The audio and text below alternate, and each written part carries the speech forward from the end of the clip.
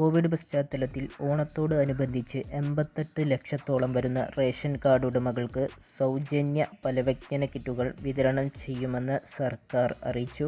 11 ഇനങ്ങളടങ്ങിയ കിറ്റാണ് നൽകുക.